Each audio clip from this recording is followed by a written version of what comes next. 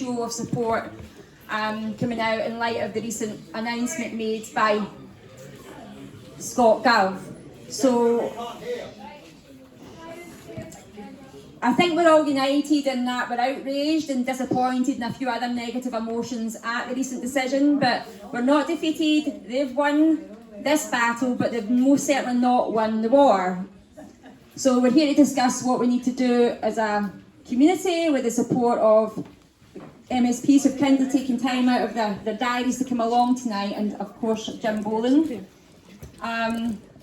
They went against the very will of the people, which is not at all good. We're all outraged by that. We have clearly demonstrated that we don't want this development, and it's not that we don't want inward investment. We want inward investment that's sympathetic, that's sustainable, that's in line with ScotGov's own policies, in fact, that's not going to be economically destructive to the local economy, but the opposite. Now that development that's proposed is doing none of those things, so it's craziness. Common sense really needs to come back into the building. So we've mentioned the Loch Lomond South Community Development Trust. That is really about creating that alternative vision. Thank you to those who have signed up tonight, who haven't already become members. Those that are already members, thank you. Thank you to all the volunteers. We are still looking for more volunteers, which we'll speak to you about more at the end. But if you think that you would want to volunteer your time, it could be as little as a couple of hours a week or a month. It could be a lot more than that. It's really up to you to decide. So we are looking for a treasurer or a bookkeeper to come on and help us. That's one of the key positions we're looking for to join the board. But equally, we're looking for people to help sign more members up, to help raise funds and various other things. So we're open to suggestions. If you have an idea about how you could come in and help, please come and have a conversation with me or one of the other volunteers about that. So we'll speak about the trust a little bit more later on. What I want to do just now is welcome somebody up to the stage who's a great supporter of the trust and the community council, and she has quite a lot to say on this matter, don't you? So I'd love to welcome the wee Glasgow poet to the stage.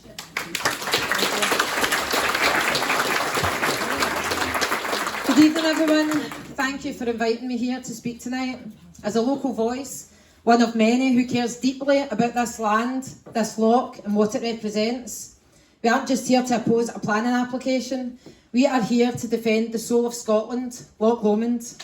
When the last proposal from Flamingo Land came forward, it stirred something powerful in this community, a shared sense that what was being threatened wasn't just scenery, it is part of who we are.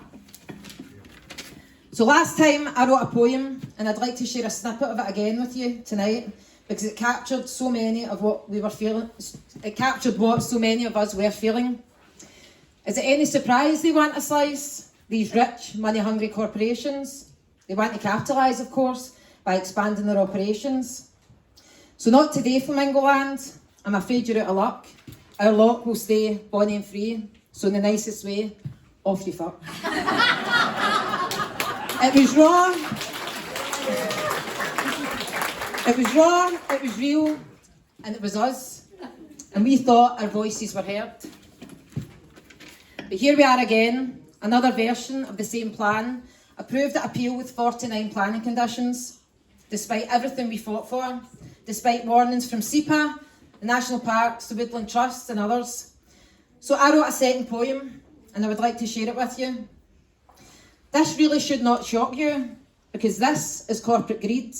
This is our country being carved up and sold off to give rich men more than they need. Over 155,000 signatures of loyal local support, and that should have been it, case closed, and it was, or so we thought. But true to form, the Scottish Government have gone against their own people, choosing money over morals, but it's not just immoral, it's deceitful. I'd ask anyone involved in overturning the decision to take a drive down the A82 on a summer's day just as it is and see how long you wait in the queue. The infrastructure we have at the moment is crumbling under the pressure, and places like this should be preserved as one of Scotland's sacred treasures. So I believe the Minister for Planning is the only one who can stop this now. So I appeal to you, Ivan McKee, please make your country proud.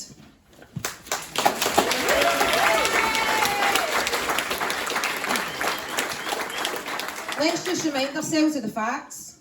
Over 155,000 local objections, professional expert objections, a planning process that feels more like a rubber stamp to the highest bidder, a fragile road system, namely the A82, already not fit for the volume of traffic at peak times. Loch Lomond does not need more tourist attractions. It is the tourist attraction. There is no supplementation required, and we need to protect it.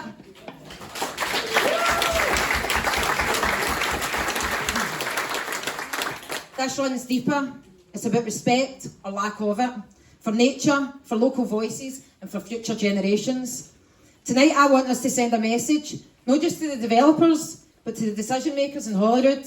Do not sell off any more of our land to the loudest wallet. Do not carve up our legacy to fit a business plan. Ivy McKee, this is your call. We are asking you to listen, we are asking you to lead, and we are asking you to protect what makes this country Scotland. Thank you.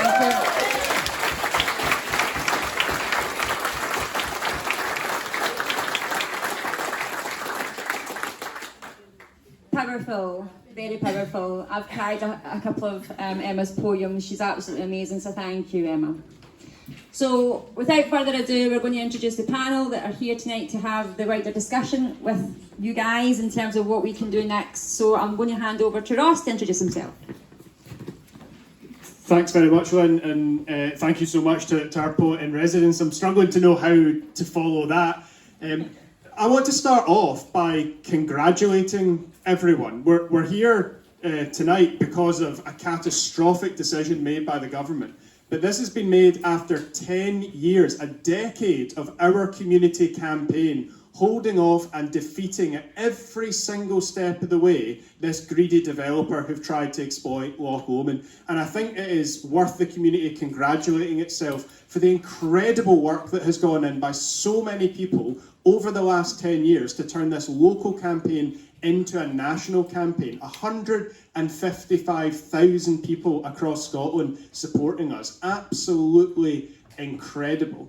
But I want to start off, I think, at this point, just by kind of recapping what's got us to here. Not the last 10 years, we'd be here all night, but just what's happened since September. So in September, many of the people in this room were over the road at the National Park's hearing on Flamingo Land's application. And the board of the National Park unanimously rejected it. And it's worth emphasising that the two key points that they rejected that decision on. One was flood risk. So SEPA, our national environment watchdog, had made absolutely clear the flood risk on the West Riverside part of the site in particular.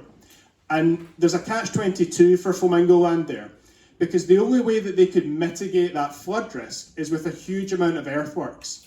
And they can't do those earthworks because their own impact assessment showed that that ground is contaminated because of the former dye works and the rail line that was there. Those contaminants are only about 25 centimetres below the surface. So the only way to mitigate the flood risk is to create a contamination risk. There's no way to resolve that. It's why you just cannot build on that scale on the West Riverside part of the site in particular.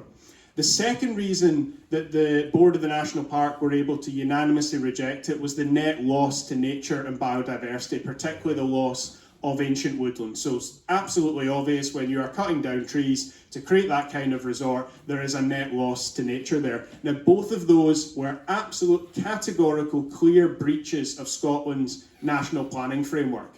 And they contravened the aims of the national parks. It's very, very clear in law that the National Park has 4 aims, and one of them is about fostering sustainable economic growth, etc. But the first aim is about protecting the natural environment.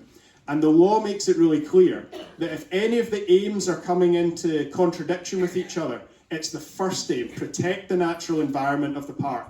That has to come first. So those were the reasons why the board of the National Park felt confident they could unanimously reject it. So that's what happened in September. Everybody's aware of that. We thought we had won at that point. In October, the Board of Scottish Enterprise had a meeting. So Scottish Enterprise are the government's economic agency, and they own most, not quite all, but they own most of the site. They own the West Riverside part of it. Flamingo Land already own Woodbank House. But Scottish Enterprise's board admitted in October that what Flamingo Land are doing no longer aligns with their mission, which is a really diplomatic civil service speak way of saying we've got in over our heads, we backed the wrong horse here, but we don't know what to do anymore. Now, the right thing to do at that point would have been to cancel the exclusivity agreement that they had with Flamingo Land for the site. But they didn't do it. They said, this isn't actually what we believe in, this isn't what the government says we're supposed to believe in, but we have, and I'm quoting here, a moral obligation to Flamingo Land. That's what they said. They had a moral obligation to Flamingo Land. So they renewed the exclusivity agreement, and that's what made it possible for Flamingo Land to lodge an appeal, which is what they did in December. The exclusivity agreement was extended, and the appeal was lodged in December. So earlier this year, all of us who'd made submissions to the first hearing were invited to make written submissions to the government reporter that was considering the appeal.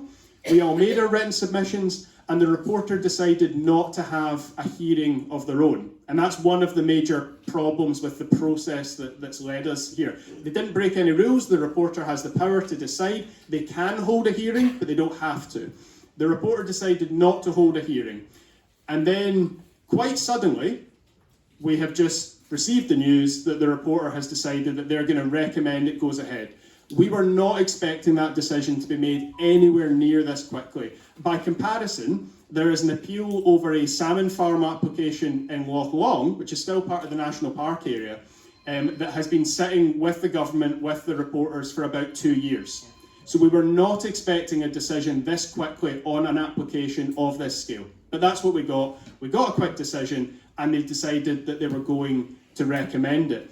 And what the reporter has done in a kind of 80-ish page document is rebut the reasons that the National Park gave for rejecting it. And there are massive problems with the way the reporter has gone about this, huge problems. But the two key ones are on those points that the National Park made around flooding and nature. And on flooding, the reporter has pointed to an exemption to the flood protection rules that exist. There's an exemption if it's previously developed land. And the idea is if you have something developed on a piece of land and then you want to turn it into something else, the flood rules the flood rules that are supposed to apply generally to the natural environment don't apply there. The fact that there was a railway line there over 4 decades ago is being used as grounds to say that's previously developed land, which is an absolute nonsense. What that means is not just disaster for us locally, it's basically setting a precedent that anywhere that might have had a bus stop on it at any point in the last century doesn't get protection from flood risk. So absolutely ridiculous. The other point that they made was to say that the requirement in our national planning law that there has to always be a net gain for nature in these kind of applications doesn't need to be a geographic or a spatial net gain, which is basically their way of saying that actually there can be less nature and we'll still somehow say that that's a gain for the natural environment. It doesn't make any sense. So on these two grounds, this reporter hasn't just approved an application that every expert who looked at it rejected. The reporter has basically completely overturned 2 key parts of Scotland's national planning policy, and that is, no pun intended, opening the floodgates to all sorts of destructive developments that I think are now going to come forward, because any developer is going to be able to say, there was a bus stop there 100 years ago, so I can ignore the flood risk, or but I'm going to plant a new and a different and an interesting kind of tree. I might have cut down 100 trees, but I'll plant one really cool new one, and that will somehow be a net gain for nature. So absolutely disastrous, and that's the points that I think we really need to zone in on now. Now, as soon as the reporter made that recommendation, I asked a question in Parliament of the Planning Minister, and I asked him, will you recall this? Because until the final document is signed, ministers have the power to recall these decisions, to take it out of the hands of officials. And we have until potentially as far away as November, because this new document needs to be signed between Flamingo Land and the National Park. And you hear a lot, the government are saying a lot, that there are 49 conditions attached. Most of them are conditions that Flamingo Land suggested themselves. They're not serious planning conditions, not remotely. And some of them are just contradicting what was in the national planning policy that we all approved in Parliament. But at this point, until that document is signed, government ministers, politicians, elected representatives can recall it.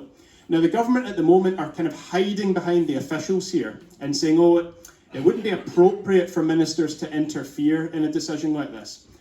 Problem with that is they've interfered before. So this government, the same government, and I'm going to try and avoid being party political, but this same government, and specifically this First Minister, did intervene in 2008 to allow Donald Trump to build a golf course in Aberdeenshire. So if ministers can intervene to allow an American billionaire to build a golf course, why can they not intervene to protect Scotland's natural environment? That is the challenge that we need to put to them now. Say, not only do you have this power in law, it is absolutely clear, but your government has used this power before. So if you've used it before, and you used it to do something that's actually damaged our natural environment, you need to tell us why you won't do it in this case. So that's the pressure that we need to put on them now. I know there's been a lot of talk about judicial reviews recently. It's worth just clarifying on that. A judicial review can only happen when this process is done. So only once the documents, the new contract has been signed. So a judicial review couldn't be launched now. But the more important point about judicial reviews is, taking it to court, you can only launch a judicial review if you think that the process has been flawed, not the outcome. So we couldn't launch a judicial review about those points around flooding in nature that I just said. There would have had to have been a flaw in the way the reporter has handled this. So the judicial review process sets a very, very high bar, but it's also not something that we should allow to distract us right now. This is primarily a political question right now, because ultimately it's in the hands of government ministers. This isn't something that can go to a judge at this point. But until the documents are signed, government ministers are still able to overturn this. So there's a couple of points I want to make around that. Because this is ultimately about political pressure. How much political pressure can we put on the Scottish Government, and yes, on the SNP right now? Now, one kind of perverse disadvantage that we've got in this area is there are no SNP MSPs who represent this area. So Jackie is the constituency member, and on the regional list there are Labour, Conservative and myself for the Greens. So there are no SNP MSPs representing here that we can lobby directly, which is why it's really important that people here speak to friends and family across the country and make sure that they're lobbying their SNP MSPs. And that is already beginning to happen. Plenty of our colleagues in Parliament have complained to me last week because of an email that I put out saying, email your MSPs, and then everybody's inbox started filling up. So people are feeling the pressure, and it's SNP MSPs in particular that we want to feel that pressure. But the SNP also very much want to win this seat off Jackie next year, which I'm sure Jackie will have a lot to say about in a moment. But one other suggestion I would have is get in touch with the SNP candidate. They've already selected their candidate for this seat. It's a Helensburgh councillor, Matt Campbell Sturgis. Get in touch with him, because I don't know if he's actually said anything since the outcome was announced. And I think we need to put pressure on them as a party. We need to put pressure on their candidate for this seat. We need to put pressure on their local councillors. But people here locally are still entitled to contact the First Minister directly.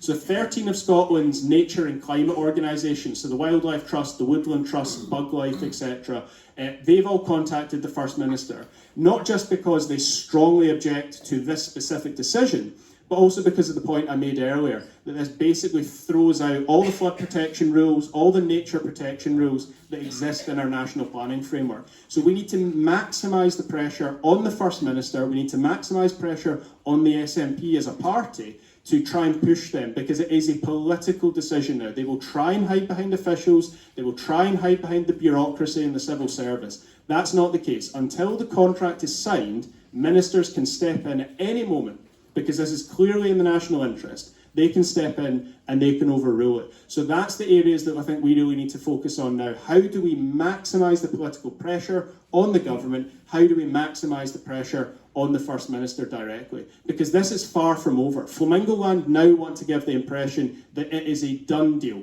and that it's just for them to sort out a few technicalities with the National Park. That is absolutely not the case. The National Parks Board are meeting on the 9th. The papers for their board meeting aren't out yet, but that'll be their first opportunity to reflect on this. Now, I know informally that a lot of people at the park are absolutely scunnered about this, because they were confident in the decision that they made, and they were confident that the law backed them up on that. And frankly, they were right. What this reporter has done is basically throw out planning law here. I hope the National Park challenge the First Minister to recall and reverse this decision, and I think we can encourage them to do that. Everybody here is, well, I'd say everybody here, if you live just a little bit further away, you're not technically in the park boundary, but if you live within the park boundary, you are represented by the park board, so you can get in touch with them and say you want them on the 9th of June to agree that they're going to approach the First Minister and say you need to intervene here, this is of national importance, and it sets a catastrophic precedent. So there's various different ways we can put that political pressure on. There's the local SNP candidate and councillors, there's contacting friends and family across the country to get them to put pressure on SNP MSPs, there is contacting the First Minister directly. I've lodged a motion in Parliament calling for it to be recalled that has only so far been signed by Green, Conservative and Labour MSPs.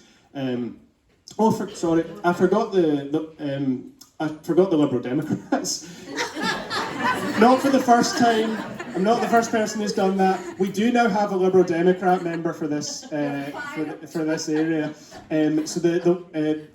One member defected to the Lib Dems recently, so it is worth putting pressure on the Lib Dems as well, because at the moment it's Greens, Conservatives and Labour who've signed that. But we do want to see SNP MSPs sign it as well, and I cannot emphasise enough how much this is not over. Flamingo Land want us all to walk away. They want us to be scunnered. They want us to feel exhausted. They have spent 10 years trying to exhaust us, trying to drain us of energy, of money. They've used their deep pockets to drag this process out in the hope that they would eventually win. And they finally found somehow a government official who was sympathetic to them for reasons that no one can understand. But we cannot let them win after everything that, well indeed, after everything that we have achieved over the last decade. We cannot let them win. So I may have to head off before the meeting finishes. Apologies. I've not been home for a week and I need to get to Arran first thing tomorrow morning, so I need to pack.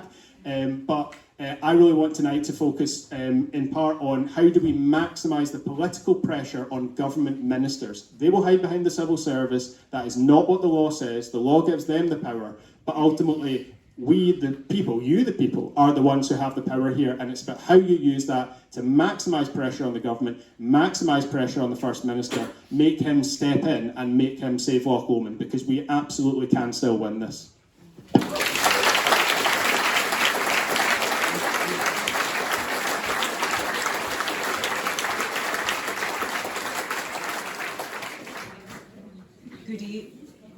Can you hear me okay, yeah? Yes. Good evening, everybody. Ross has given such a detailed analysing everything from the start to finish, but I'm just going to add a little bit of my expertise on from being in the planning background in inward investment, and also my meeting with Flamingo Land in the beginning as well, and what I've done in Parliament. And I think it's great the fact that today just shows us that how many people this will touch. I got married not far from here in Loch Lomond, so I know what the place is all about. I love the place, but like when you got that A82, I know how disappointing it is that the fact that they've turned down, that they're looking at a decision that 155,000 people have objected to. Not only that, main organisations that matter, that have those expert opinions, they're not listening to them either. Like many of my colleagues here, like Ross and Jackie, I did a topical question, did a First Minister's question, did a spoke in the members' business, also wrote to the government as well. We have put so much pressure from all parties on the government on this, but it's unfortunate that the word consultation does not mean anything to the government. It's very sad, because a lot of the work I've done in the last 15 years, a lot of it down south, dealing with planning and inward investment, I would welcome developers and I welcome inward investment, but what I don't welcome is planning permissions like this, that basically through consultation, through the proper procedures have went through, and then somebody else looks at it with a very narrow vision, not looking at what's been happening in the area, and decides to say that, hold on, we think this should go ahead. I remember my first meeting with Flamingo Land developers. So they obviously did a bit of homework on me, looking at that, she did parks, she did this sort of stuff down south, she knows the stuff, and, I was born in Glasgow, been brought up here, but I went for a little bit of period of time down south that I worked there. And I thank God I did, because I understood what developers are all about. I believe in basically, the economy growing and growth. I believe in job growth, but I also believe in looking after our environment, that's very important. But also the people that live here, they matter. It's going to be on your doorstep that people are going to be parking outside your houses, people are going to be walking about. So while we think there's economic benefits, the so-called Flamingo Land have put them forward, think about that against your actual day-to-day living here, and the infrastructure is creaking. So when I spoke to Flamingo Land developers, I sat down and they went through it all, and I said, well, you've did your homework on me, but what you haven't probably done your homework on me is the way I see development is it's got to be in the right place at the right time. And this is not the right place, not the right time. I also was shocked because I've seen parks being developed. I've been part of this inward investment. £40 million isn't your a la carte park, by the way, just to let you know. So I said to them, what kind of place are you going to make for £40 million? Because I certainly know it costs much more. I've seen them developing. I've looked at permissions, but also worked with consultation with locals. And this is not going to be a fantastic park that has everything. Hence why they're not providing the money for all the infrastructure around as well. 49 conditions. I'm going to be honest, I was speaking to my head office when we were driving up here, and I said, these 49 conditions, they're just, like basically them voicing out. They know that they're going to be ticked off. They know the developer can do them. They're so easy, basically, to do.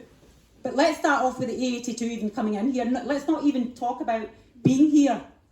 How are people going to get out here? And earlier on, we were speaking about the fact that when they go out and do their transport surveys, they do their transport surveys on a maybe cold day or maybe on a normal day, but not on a hot summer day, or even when the slightest temperatures start rising. That A82 goes right back to Great Western Road, and it's creaking, and infrastructure is all those fumes, all those cars sitting there waiting to come in here.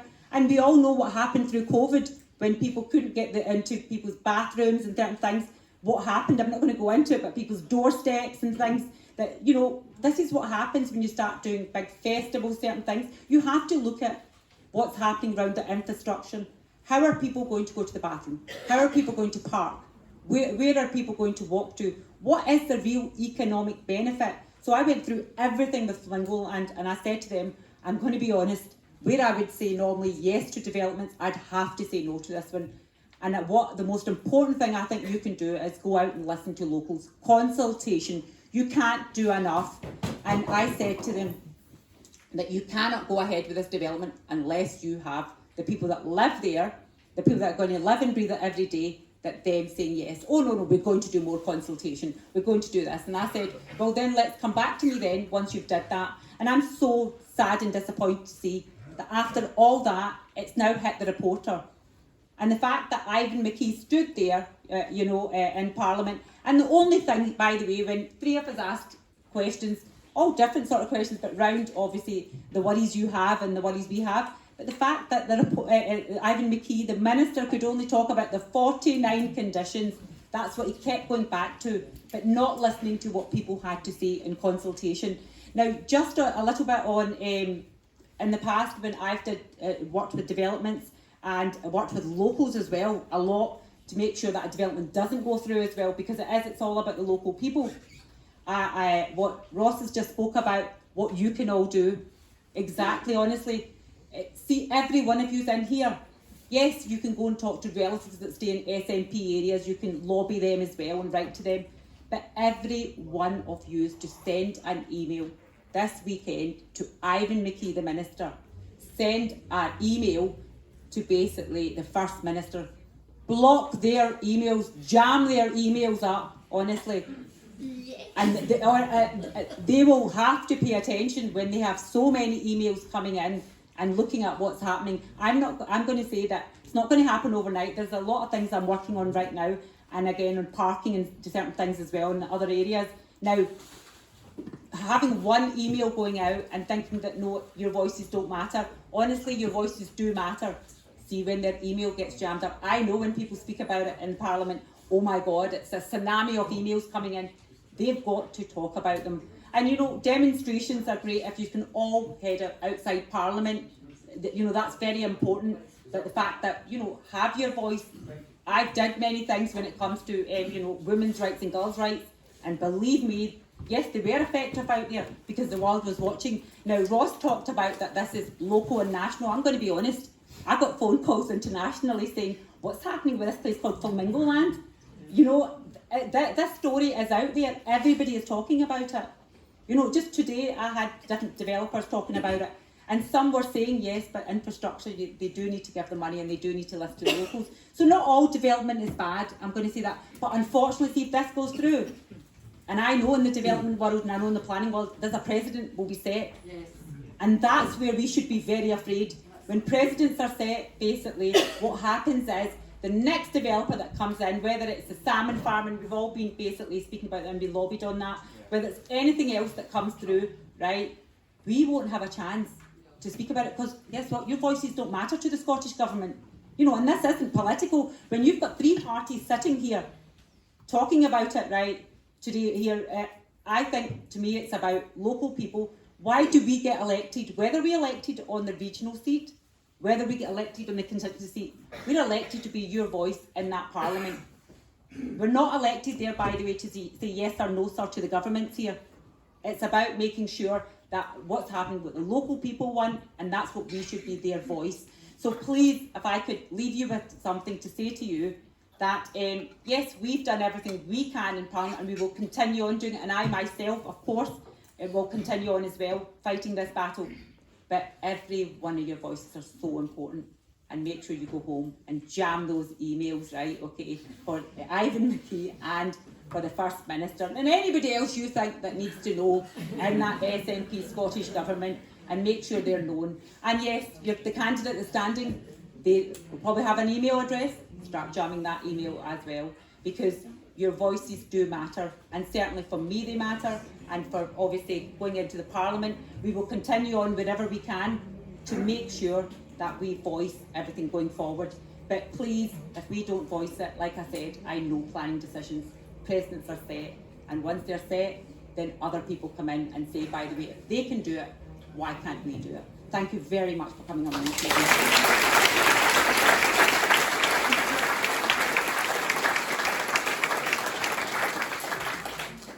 So I don't see the so-called independent reporter, independentness allowed this to happen.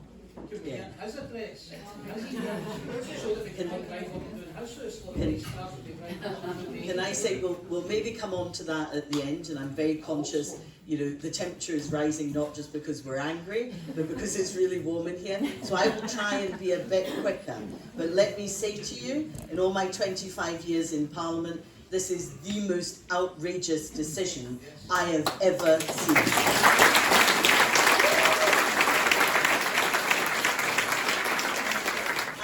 There is only one Loch Lomond that we need to preserve and hand down to future generations.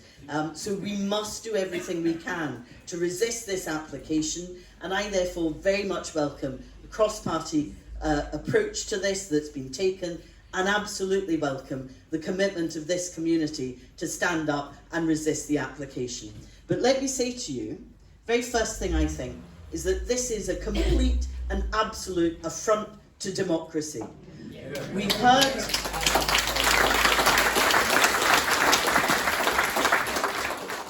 about the 155,000 people signing the petition, and I thank Ross for initiating that.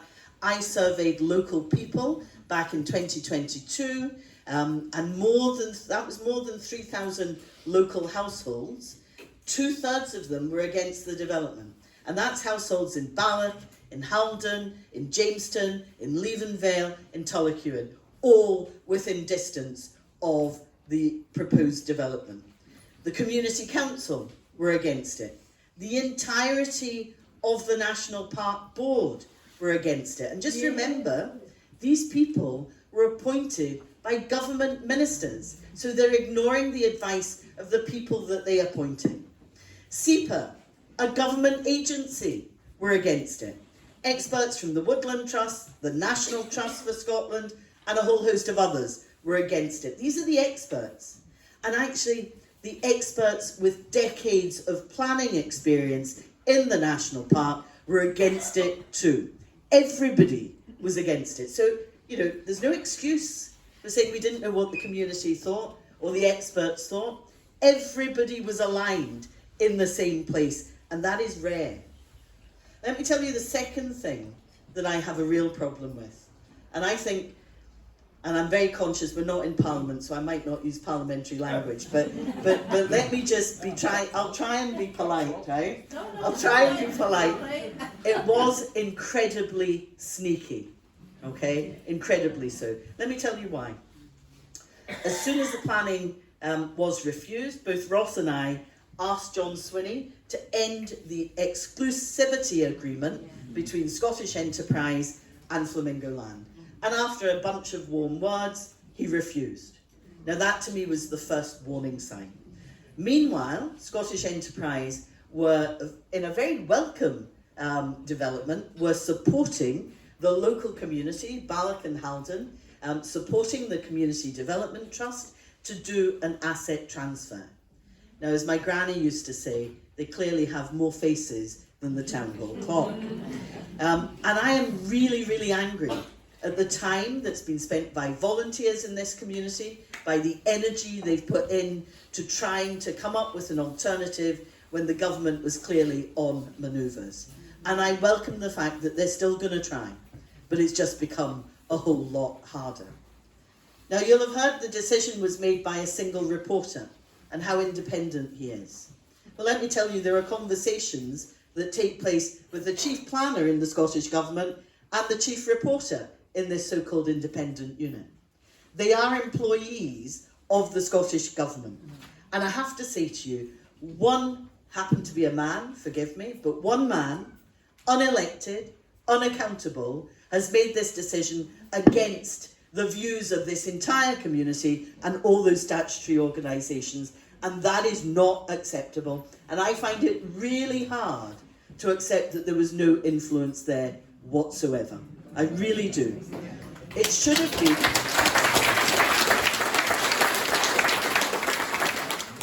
It should have been determined by ministers, and you have our commitment, along with you, to do everything we can to make sure that we don't let them off the hook. As Ross said, we've got till November. We can create an awful lot of mischief between now and then. And I also have to say to you, in my 25 years, I've seen lots of projects. Ross named a couple. I've seen lots more. Smaller, less controversial projects called in by ministers for them to determine. This is an outrage that they're not doing this one. And forgive me for saying this, I'm not by nature a suspicious person, but it strikes me that the Scottish Government want this to proceed, because otherwise they would have called it in.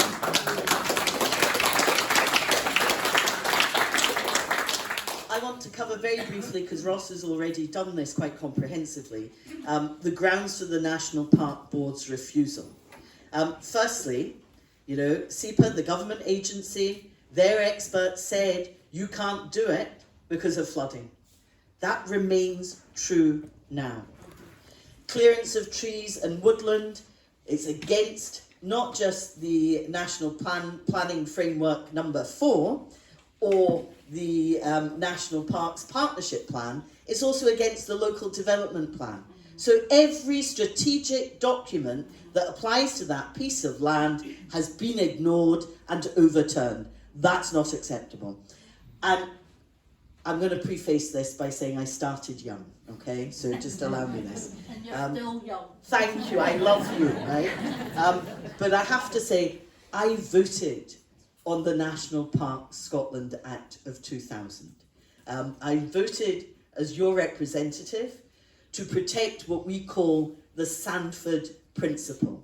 And what that is when all the other aims of the national park, matter, the one that matters most, and I'll read it, is the conservation and enhancement of natural and cultural heritage of the area. That has to be given greater weight than all of the others. I don't understand how Flamingo Land can pass on that basis.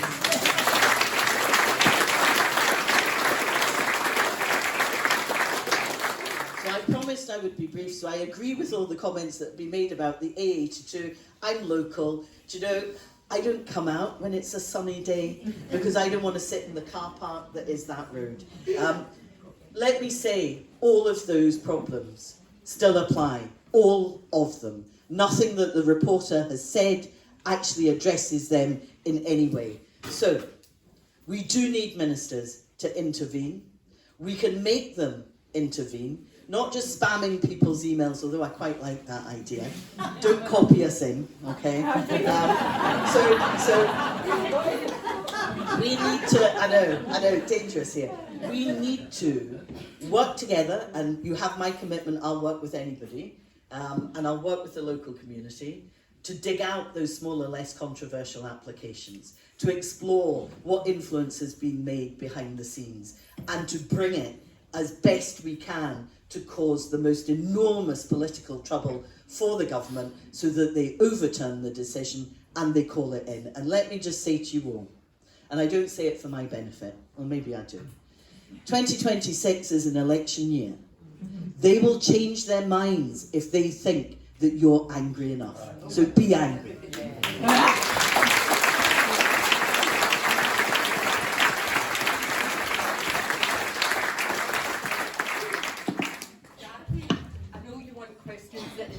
Can I just ask something quickly? Why do you think the government wants this to go through? So I think the government's view is occasioned by the fact that Scottish Enterprise is one of their agencies. Scottish Enterprise have owned that land for ages and want it for development. Flamingo Land are the only people that have come along in recent times, and so they want rid of it, they want it off their books, they want to sell it. It fits with their strategy about encouraging tourism. This, for them, is a commercial thing, and they want business to come into the area. Now, I think, I'm not against development, but it needs to be the right type of development. And as I said earlier, Loch Lomond is precious. We cannot waste it in this way.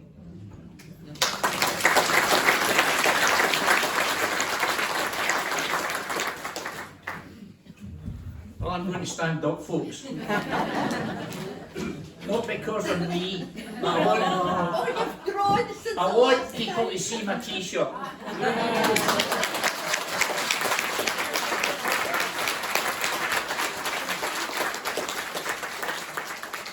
I'd like to thank the Community Council for calling this emergency meeting on the back of the undemocratic reporter's decision in recent weeks. And I just want to focus my small amount of time because I think the three previous speakers have gave us a very good summary of where we've came from and where we are. So I want to try and spend a few minutes on what we need to do next.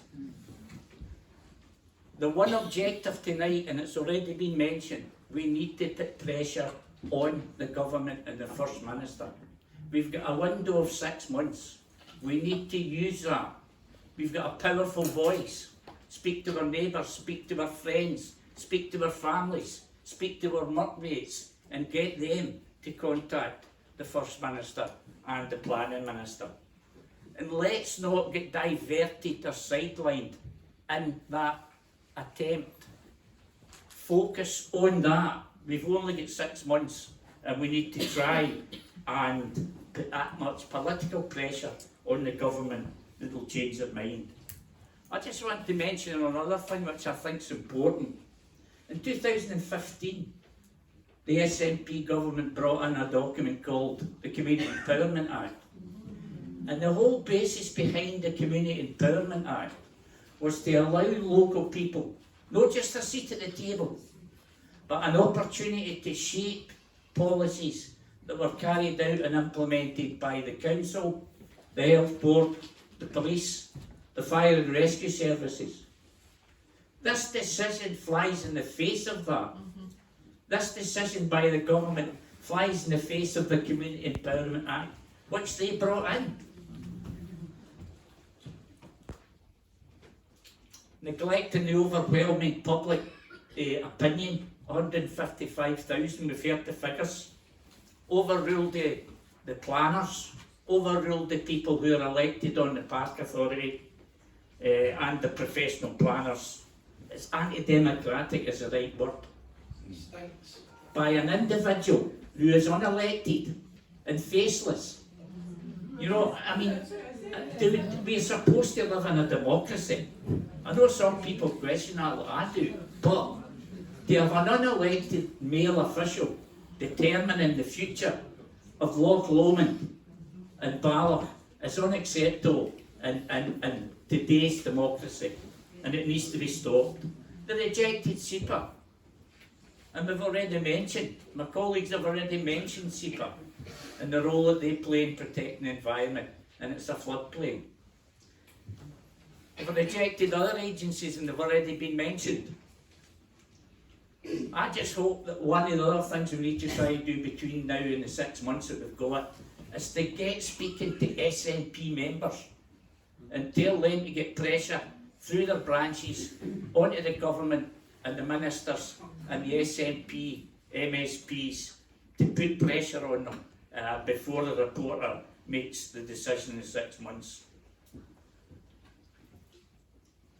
Contact the local media. Contact the local media and put them under pressure to continue to report it and try and reflect what local people are saying, as opposed to trying to promote what Flamingo Land are about, making money which will then be invested down in England somewhere. 40,000 people, I believe, is the figure that Ross mentioned, since the reporter made the decision, have already objected. 40,000 in a few days. Let's triple that number as quickly as we can. I'll finish by saying we will only get one chance, one last chance to save Loch Lomond and to save Balloch. To save land that's our land and it's owned by the public. And the cry has got to be tonight, no to Flamingo Land in Balloch.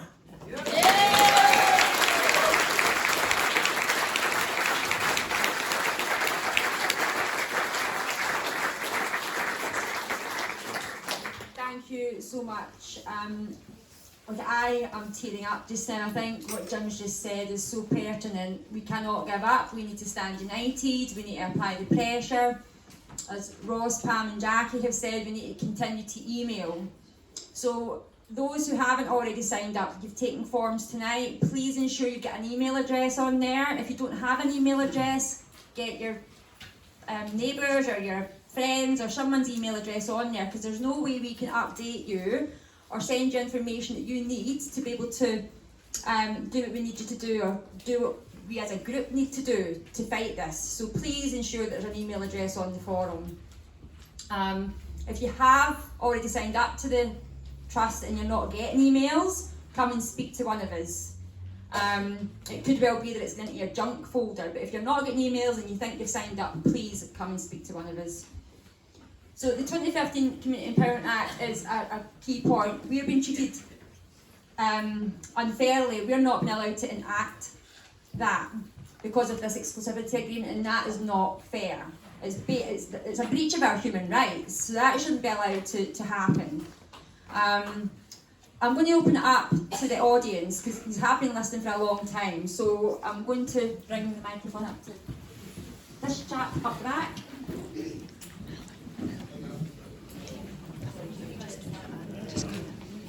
One of the things